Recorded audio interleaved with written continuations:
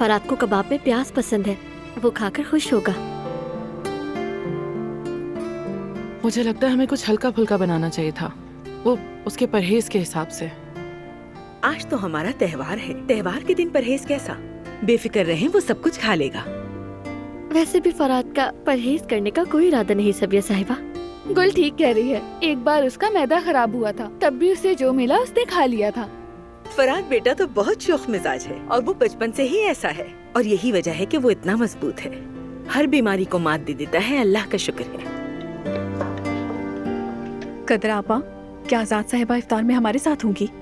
नहीं बेटी, वो अपने कमरे में ही रोजा खोलेंगी। जब से ये बात सबके सामने खुली है, उन्होंने नीचे आना ही छोड़ दिया है। वो बहुत शर्मिंदा है। भला कोई अपनी औलाद के साथ भी ऐसा जुल्म कर सकता है? उन्होंने इतने सालों तक सबसे ये बात छुपाई। क्या पता उनके दिल में और कितने गहरे राज छुपे होंगे। ऐसा मत कहो बेटा, ये बातें जेब नहीं देती।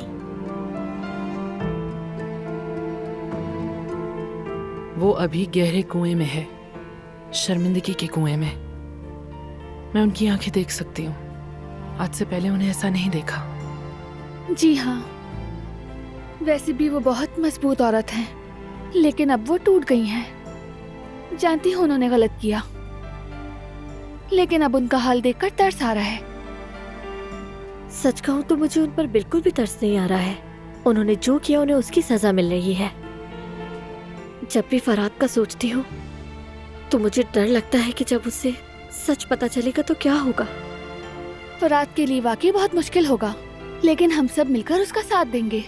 जब मैंने अपनी हकीकत जानी थी तो बारान की बदौलत उन दिनों से गुजरी थी।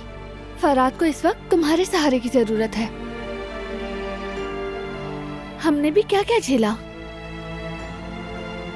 लेकिन आज मैं और अम्मी एक साथ हैं। फराद भी वक्त के साथ अपने बिछड़े रिश्ते संभाल लेगा।